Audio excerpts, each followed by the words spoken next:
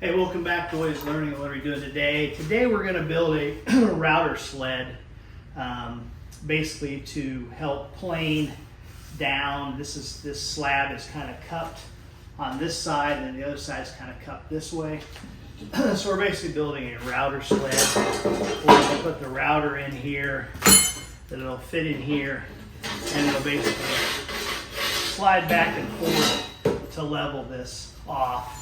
And I just had some angle iron laying around, and so I took the angle iron and I just welded it. I've also seen people where they've taken, instead of making, if you don't know how to weld, you want to, whatever the space is, you're going to measure the space of your router, and then maybe a little bit bigger than that is what you want to make your router sled. Now I have seen people that took angle iron or wood. But if you're doing angle iron, it's nice and usually straight. I kind of grinded this off to make sure it slid a little bit better. But instead of welding it at these ends, you can take a block of wood and put that block of wood to hold the space on both ends, and then drill through the wood and through the metal and put bolts in to hold that tight. People have also, they'll add something here, because what we're going to do is we're going to put it on the, what would you call them, the rails. I'm going to put them on the rails, and this will, when it's on the rail, if you have something coming down, it'll just help hold it while you're going back and forth routing. And then you simply just move this up and down your piece of wood and get it pretty level. You'll have some grooves in it, but those you can kind of belt sand out pretty easily, and it should make it. The reason you're doing it is this is, I think, 24 at the longest part. It's kind of twisted a little, and the biggest planer that I could find was at Fisher Lumber, and it could only do 22, so they couldn't really run it through the planer. So I'm gonna run it through this router and see if we can't make it sled. Never done it before. I'm just gonna use this flattening bit. There's ones you can buy on Amazon. I'll put a link. They're like $30, but the wider the diameter of the bit on top, the less back and forth you got to go. So it may take a while. Then you're going to simply set the piece of wood in and get it level. All right, to build the sled bed, or the bed that the whatever you're going to level is going to go in, I just took some 2x4s, cut them. You want to make sure that the top of your sled bed is higher than what you're going to level. That's the first thing. Then you're just going to get it on the ground and get it level. I picked a place that's pretty level and just nail gunned it in. And then after it was nail gunned in, then I screwed it. That way you can pull it back out if you need to adjust something or to level one side, if you need to make one corner higher or something.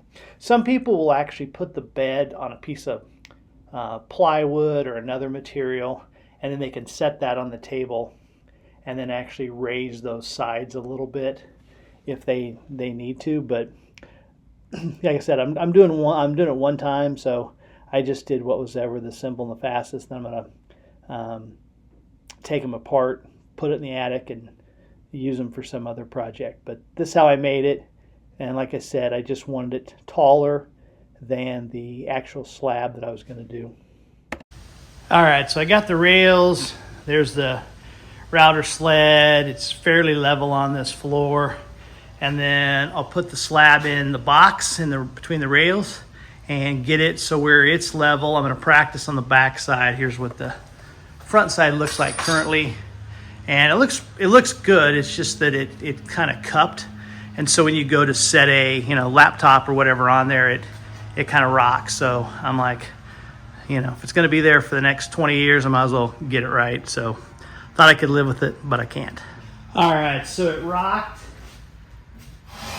a little right down here. So I just took these fiberglass, I don't know, plastic, I guess you call them plastic shims. I'll leave a link in the description, but I just got a bunch of these. They last forever. You can make them out of wood, but I just stuck 2 of them down there to keep it from rocking. It should be good to go. Now I'm just going to kind of put it in there and see where the lowest point is. It's probably going to be down here in this corner or up by where the bump out is. And then this kind of practice side, it's got some It's got some wormholes, which is pretty cool. That's where I had to dig out a screw that snapped off. Same thing out here, had to dig out a screw that snapped off. And then these are just little parts from where I put the undersection to attach the steel to it. But anyway, I'll grind it off. I'm really just trying to take, right here through the middle, there's just a crest of about 1/8 of an inch to 1/4 of an inch, kind of where it kind of humps. And I'm trying to take that out of this side, get it flat, and then take the cupping out of the other side. So we'll see how it goes. So for here on out, it's really just get that thing level and turn the router on and just start going back and forth, working it until you get it to where you want it that's level. It's not really much to it. Some people go the same direction. I didn't find it cutting that much different going one way versus the other. But like I said, just go back and forth. The bigger the head on your, or the drill bit that you're using on your router, the faster this is going to go. But I really wasn't, I'm just doing this one time. I really wasn't concerned about speed as much as just kind of getting it right. So going slow, and this was a small router, probably wasn't even properly powered. You'd want one a little bit beefier. But like I said, I was just doing one slab and then it can be done. But I think it turned out pretty good. But anyway, just go slow and kind of check yourself as far as your depth once you're going every so often to make sure you're not going deeper than you want to.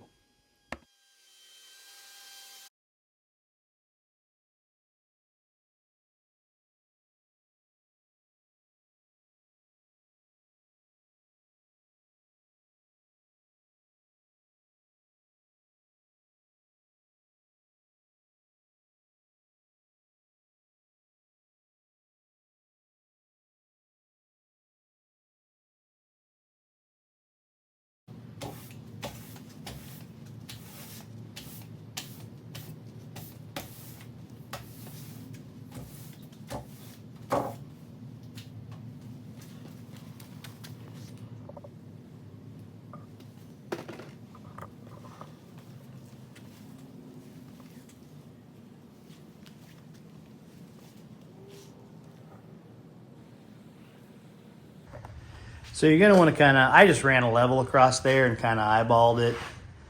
Usually your corners are most of the time going to be one of your lowest areas. I think it's over here, so I'm setting the router on top of that lowest area and going to go down until the router just touches, so it'll just take a little bit, just, you know, a whisper off of that. And then I'll run that and kind of see where I'm at. Maybe take that same depth, come down here where it looks low, see how, probably even before I start, I'll set it down there, and then I'll come down here and see how it matches up with this to make sure I'm at the lowest point. You can also just kind of drag your sled with your bit in there and kind of see where if other areas you think might be the lowest based on whether you kind of look at it with the level. And then that should give you the lowest point. And then you're basically taking off everything to get to that lowest point. So I'm probably going to take, just because my router I had, the shaft kept slipping because it's just an old router. So I was like, forget that.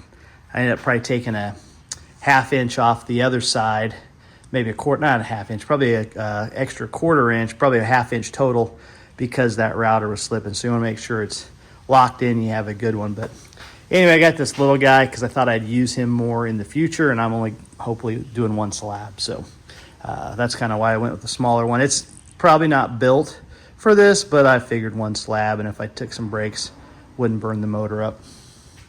And so far it's working pretty well.